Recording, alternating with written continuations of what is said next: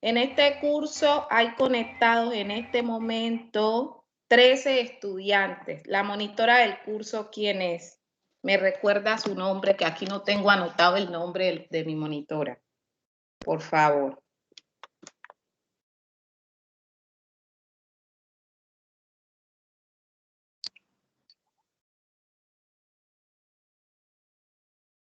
Señor, buenas tardes. Ingrid Bermúdez. Buenas tardes, Ingrid. ¿Cuántos son en su curso?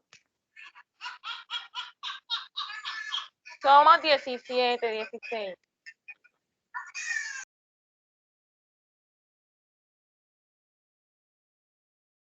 Son 16, hay 13 estudiantes, o sea que está conectado más de la mitad del salón.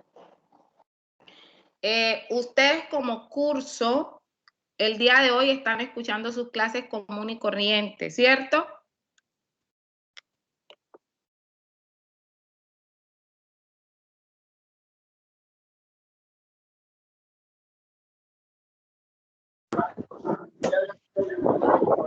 Pues,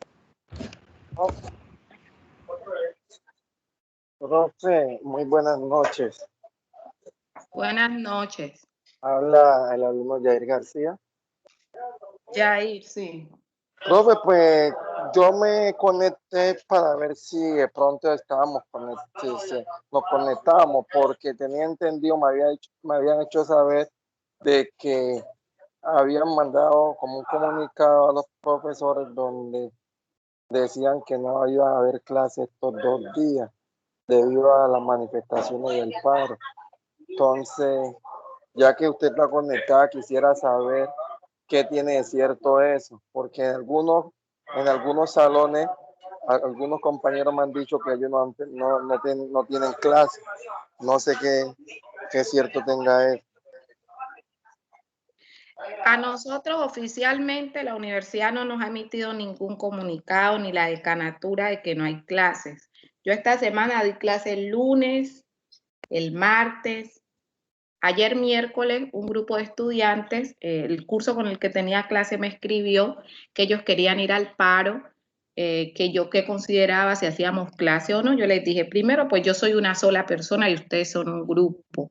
Yo acojo la decisión que tome el grupo porque sé que estamos en una situación coyuntural y nosotros no somos ajenos a lo que nos sucede. Pero yo, si la universidad no ha dado ninguna instrucción al respecto, yo como profesora no les puedo decir, no les voy a dar clase porque yo no sé la consideración de ustedes. Así como hay personas que no quieren ir a la clase, hay estudiantes que sí quieren su clase. Entonces, como no tengo ninguna instrucción oficial al respecto, yo he hecho clase común y corriente, con excepción del grupo que me solicitó que ellos habían tomado la decisión como grupo de no hacer clase. Yo les dije, yo les respeto la decisión, no tengo objeción frente a su posición. Y ellos mismos me dijeron, bueno, profe, nosotros hoy no vamos a hacer clase, nosotros nos colocamos de acuerdo y le decimos cuándo la recuperamos. Y yo acepté su decisión. Por eso estoy conectada, porque del curso de ustedes nadie me manifestó lo contrario. Ok, profe. Entonces, por eso estoy aquí conectada, siguiendo con la programación que traíamos de clase. En el día de hoy hay 13 estudiantes conectados. Si ustedes son 17, solo faltan 4 personas, o sea que está la mayoría del curso. Entonces, si no tienen ninguna objeción, ya con el preámbulo que hicimos de la situación que estamos viviendo y que todos conocemos, que es importante, sin desconocer la realidad de nuestro país, la situación en la que nos encontramos, que a todos nos infringe, pues si no tienen ninguna objeción, vamos a continuar con el desarrollo de la asignatura conforme se había programado, porque eso hace parte también de la esperanza. La educación es nuestra única esperanza, es el arma, como dice Nelson Mandela, es el arma más poderosa para cambiar el mundo. Y eso lo que hacemos, nuestro aporte es desde el conocimiento. Mi lugar de enunciación por Colombia, por el Chocó, por mi hijo, por la sociedad, es la educación. Y es la transformación, la contribución que puedo hacer a transformar la vida de otros. Y ese es mi papel, mi rol en la sociedad en estos momentos, y desde esa estoy haciendo mi parte también por Colombia. Entonces, no sé si no tienen ninguna objeción al respecto, una posición como grupo, entonces vamos a continuar con la asignatura. Para el día de Señor, hoy, sí. el grupo ha decidido para el día de hoy escuchar, que usted nos explique la unidad y para el fin de semana, si es posible, nos haga el parcial. El fin de semana, ¿a qué hora, muchachos? Los fines de semana son días de descanso. Entonces yo los fines de semana no trabajo. Fines de semana, ¿a qué hora quieren hacer el parcial ustedes? ¿Usted qué hora tiene disponible?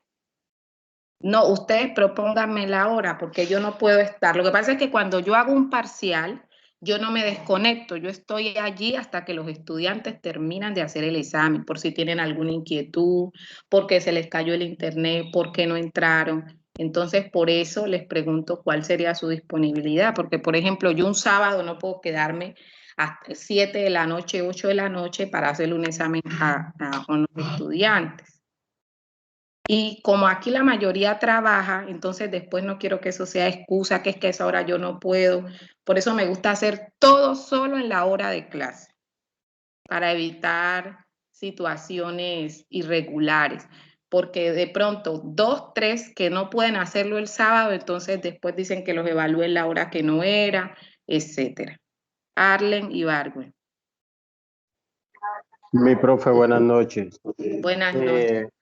Yo pienso que si no se puede hacer hoy, lo podemos dejar para la próxima clase. Igual como estamos diciendo en el grupo, podemos escuchar la explicación y como usted nos ha hablado claro desde el principio, lo puede hacer en la próxima clase. Normal, si usted está de acuerdo y le parece.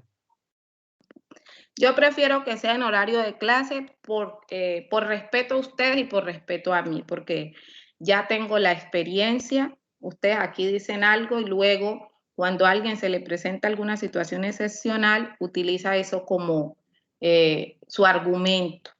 Entonces yo prefiero hacer todo en el horario de clase para no comprometer su tiempo y para evitarnos inconvenientes de que era sábado y ese día no se podía evaluar, era domingo y ese no es día laboral, no es día de clase. Entonces yo prefiero. Nosotros establecimos que para hacer el parcial, del primer parcial de esta asignatura, íbamos a hacer 2 actividades. Y yo les dejé que discutieran y pensaran y hoy me tuvieran una respuesta.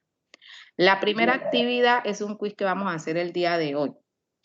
Es un examen de 10 puntos, muy sencillo, es de interpretación de texto. Entonces yo les doy un contenido y de acuerdo a los temas que hemos ido explicando, ustedes escogen una opción de respuesta.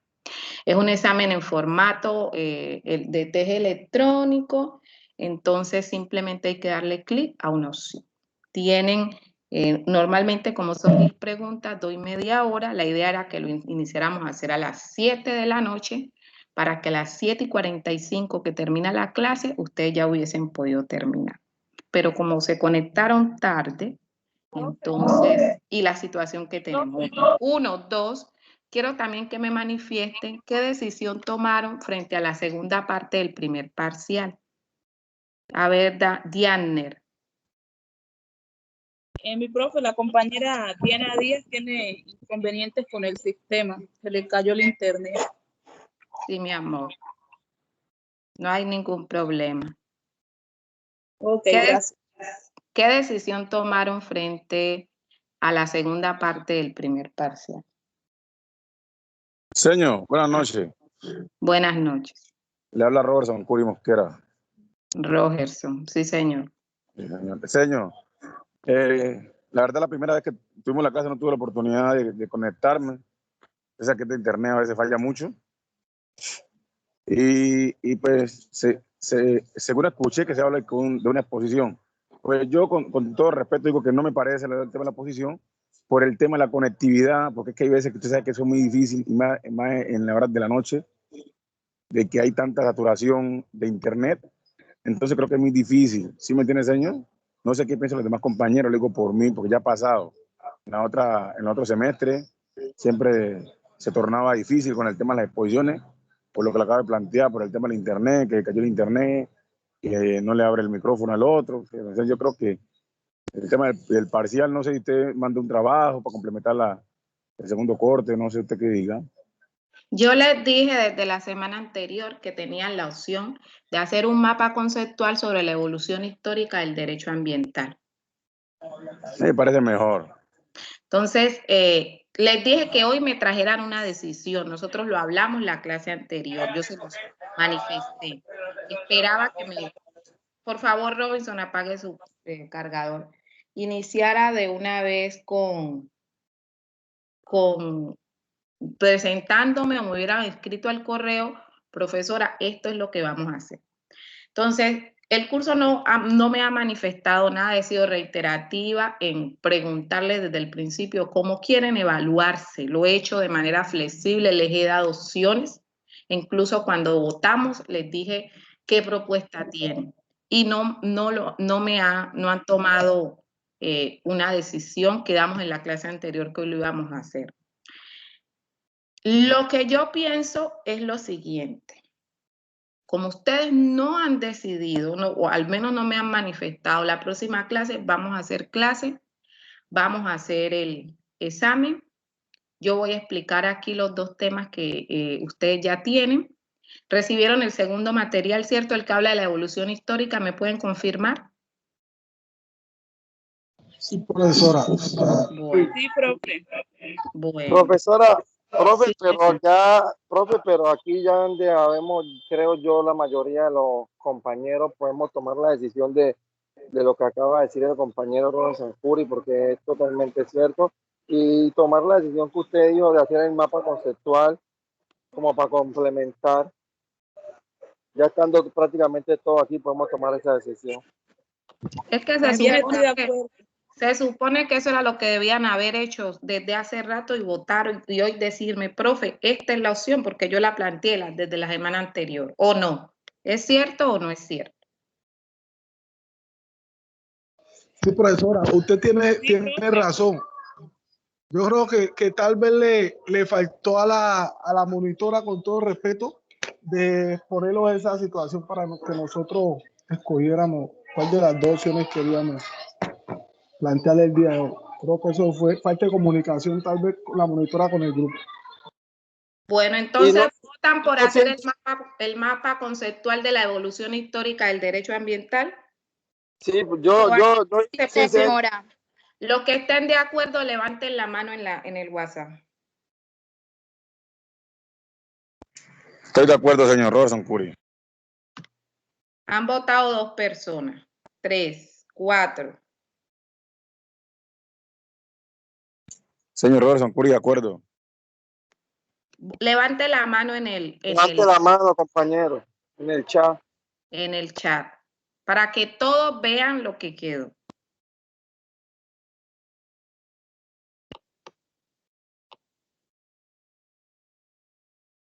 Bueno, han votado 2, 3, 4, 5, 6, 7, 8, 9 personas. Las otras personas no votaron.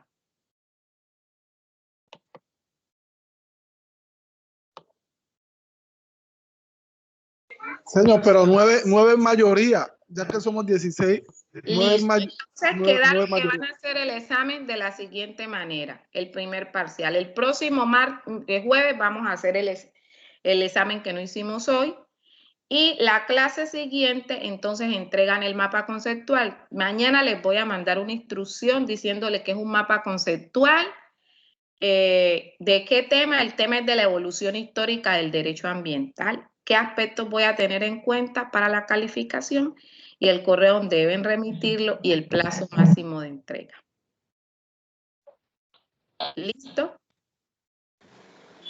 Sí, profe.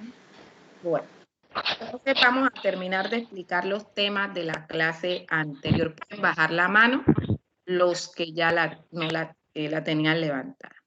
En la clase anterior estábamos hablando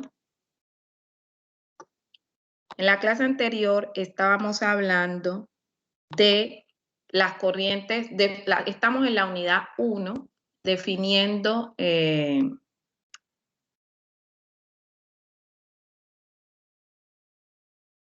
estamos en la unidad 1 definiendo las generalidades del derecho ambiental, ¿cierto?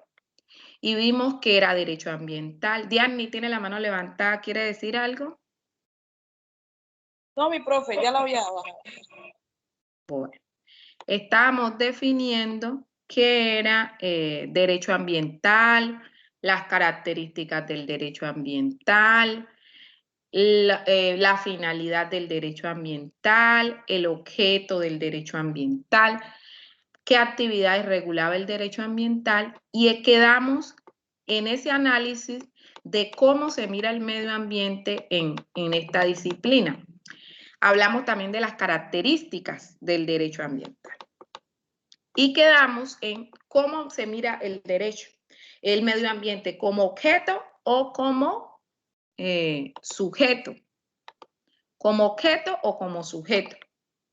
Y entonces, en esa relación de mirar el medio ambiente como objeto o como sujeto, entonces encontramos que van a haber varias posiciones o corrientes que definen lo que es medio ambiente.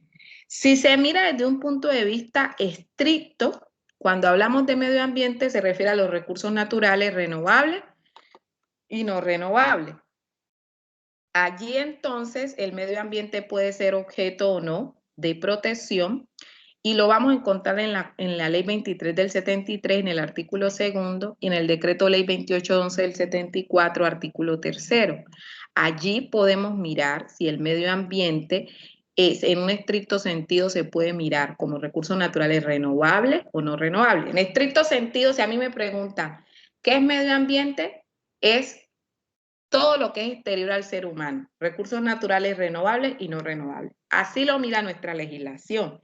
En la clase anterior leímos el artículo 3 del Código de los Recursos Naturales Renovables, y allí se hace una enumeración de cuáles son los recursos naturales renovables según la ley. Entonces, desde este sentido estricto, el ser humano no hace parte del concepto de medio ambiente, sino que el hombre es un beneficiario de esos recursos naturales. Ese sentido estricto del concepto de medio ambiente, nosotros lo tomamos de las ciencias ambientales. Recuerden que en Francia, en un estudio que tenía que ver con la vida animal, fue donde por primera vez se utilizó el término medio ambiente para referirse al medio exterior. Y desde este punto de vista, el hombre no hace parte de ese concepto de medio ambiente. Eso es en sentido estricto. Pero encontramos que a medida que han ido evolucionando las ciencias, ese concepto de ambiente ha ido como cambiando, ha ido mutando. Ya, por ejemplo, si yo lo veo desde el punto de vista filosófico, no voy a referirme solamente a recursos naturales renovables y no renovables, sino que voy a tener en cuenta esas interrelaciones que se dan entre el mundo natural y los seres vivientes. Aquí ya el ser humano entra a ser parte de ese concepto de medio ambiente. Entonces, en sentido estricto es el que tiene nuestra legislación, donde el ser humano es un beneficiario del medio ambiente. En sentido amplio, entonces vamos a ir viendo que ese concepto se amplía, y por eso, desde ese punto de vista amplio, ya el ser humano empieza a ser parte de ese concepto de medio ambiente. Porque cuando hablamos de calidad de vida, de vivienda digna, de servicios públicos, estamos refiriéndonos a un concepto de ambiente sano en sentido amplio.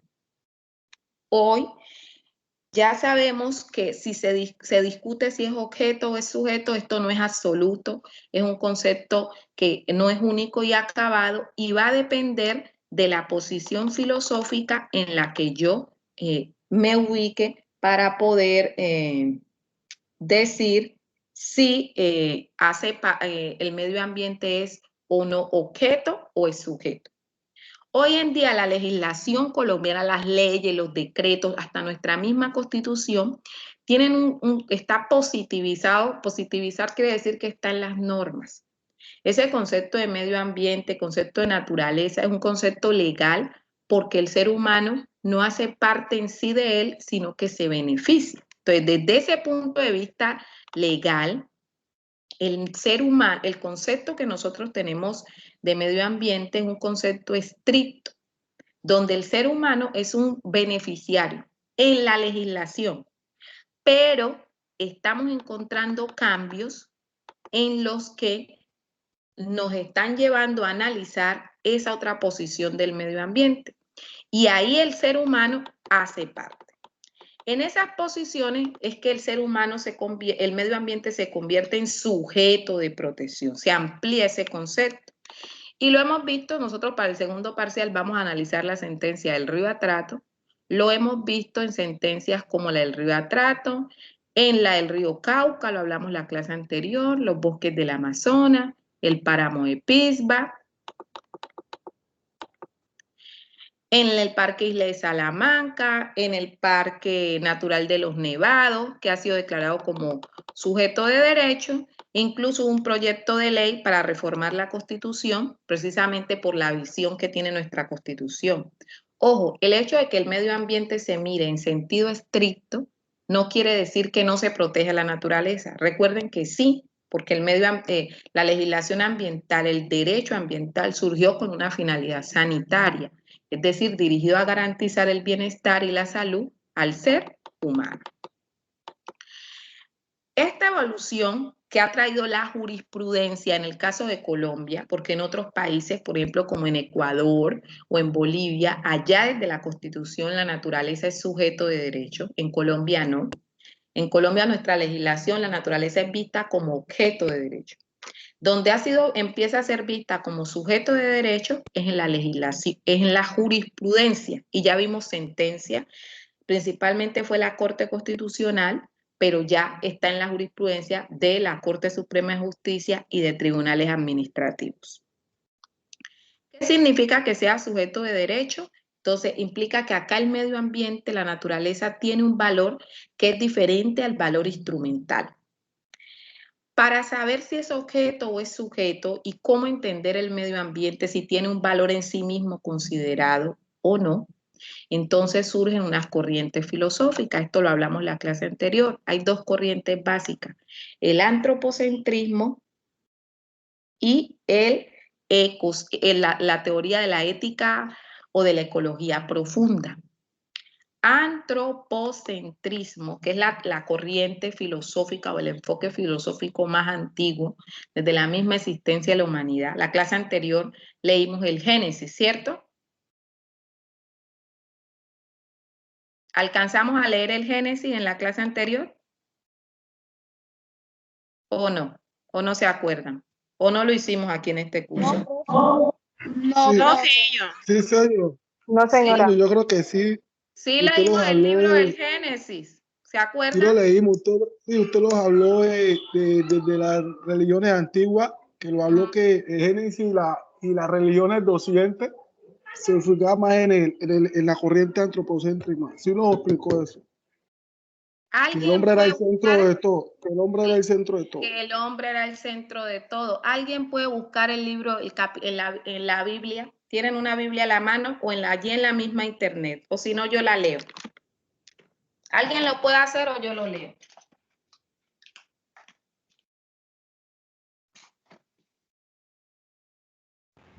¿Qué versículo, profesora, es del Génesis? El capítulo del Génesis que leímos en la clase anterior, miremos el capítulo 1. Estuvimos leyendo el capítulo 1. Leamos el versículo. El 1 empieza a describir toda la historia de la tierra. Leamos por donde dice cuando ya empezó a hacer los animales. Leamos el 20. El 20 dice, luego Dios dijo, que produzca el agua toda clase de animales y que haya también aves que vuelen sobre la tierra. Y así fue. Dios creó los grandes monstruos del mar y todos los animales que el agua produce y que viven en ella y todas las aves. Al ver Dios que así estaba bien, bendijo con estas palabras a los animales que había hecho. Que tengan muchas crías y lleven los mares y que haya muchas aves en el mundo. De este modo se completó el quinto día. Hay algunas Biblias que dice, y vio Dios que estaba bien, y vio Dios que estaba bien. Leamos el 26. El 24, por ejemplo, dice, entonces dijo Dios, que produzca la tierra toda clase de animales domésticos y salvajes y los que se arrastran por el suelo. Y así fue, Dios hizo estos animales y vio Dios que estaba bien. Entonces dijo, ahora hagamos al hombre, se parecerá a nosotros y tendrá, miren, escuchen, tendrá poder sobre los peces. En la Biblia que leímos en la clase anterior decía, tendrá señorío o dominio sobre los peces, las aves, los animales domésticos y los salvajes, y sobre los que se arrastran por el suelo.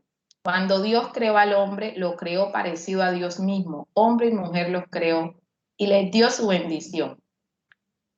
Tengan muchos hijos, llenen el mundo y gobiernenlo, dominen a los peces, miren, dominen a los peces. En algunas Biblias, la que leímos en la clase anterior decía, algunos dicen tengan señorío o ustedes sojuzgarán o dominarán a los peces y a las aves y todos los animales que se arrastren.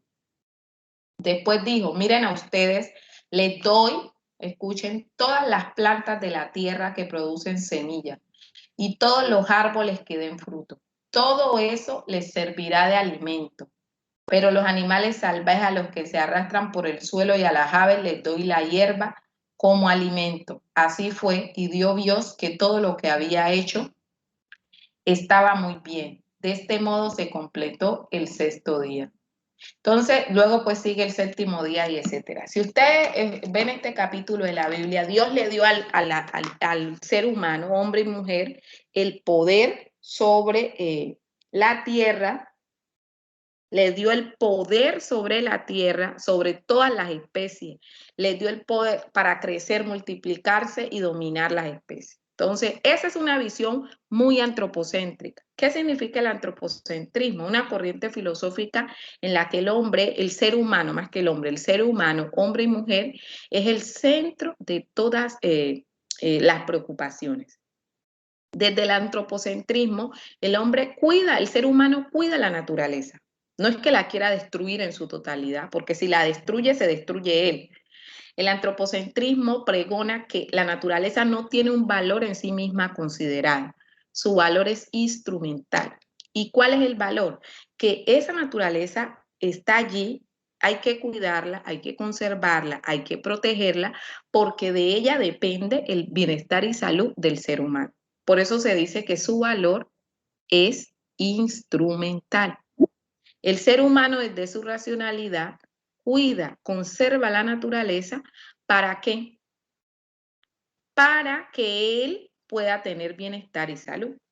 Y hablábamos en la clase anterior cómo desde la misma historia de la humanidad, el ser humano siempre ha hecho uso de recursos naturales. Recuerden cuando eran nómadas, aunque no había unas reglas estrictas y escritas como las que tenemos hoy, desde que el hombre, el ser humano ha existido uso y aprovechamiento de recursos y él se ha reconocido como el que tiene el señorío sobre la naturaleza.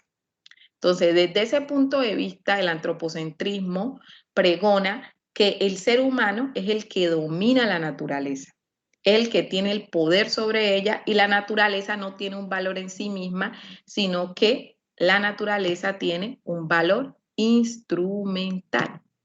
Gran parte de nuestra legislación es antropocentrista, es hecha pensando en el bienestar, la salud, la utilidad que le brinda al ser humano. Así surgió la legislación, el derecho ambiental, con una visión antropocentrista. Y desde esa visión antropocentrista, la naturaleza es objeto de derecho. No es sujeto, sino que es objeto. Esa relación que tiene el hombre con la naturaleza se da por el uso, el aprovechamiento que le da a el ser humano para que el ser humano tenga bienestar y salud. Entonces, él no quiere destruirla, él quiere dominarla, transformarla para poder tener bienestar y salud. Es como cuando alguien decide hacer un estado decide hacer una carretera y las comunidades dicen que no por la naturaleza. Entonces ahí vemos podemos ver qué posición tiene el Estado. ¿Es un Estado antropocentrista o es de la ética de la ecología profunda? Si es antropocentrista, piensa, es que vamos a hacer la carretera porque por allí se va a facilitar el transporte de alimentos para una comunidad. Vamos a hacer la carretera porque pueden llegar los productos más fácil y más baratos, a bajo costo. Entonces, esa es una visión antropocentrista. Aquí, desde esta visión antropocentrista, la naturaleza, el ser humano no hace parte de ese concepto de medio ambiente, sino que es un beneficiario. El ser humano sí tiene relación con la naturaleza, pero esa relación se da en el sentido de que la domina y la transforma para su utilidad, para su beneficio. Entonces, aquí la naturaleza es como una proveedora, es la que le da lo que él necesita para poder subsistir. Por eso la conserva, por eso establece acciones para protegerla, porque es útil para él. El antropocentrismo tiene 3 variantes, que es el antropocentrismo radical, el moderado y el débil. ¿Cuál es el antropocentrista radical? Que ese ya está casi en desuso. Es el individuo pues, que considera que el ser humano es lo más importante que hay en el universo. La naturaleza es como lo que le provee todo lo que él necesita: alimentación, recreación, disfrute,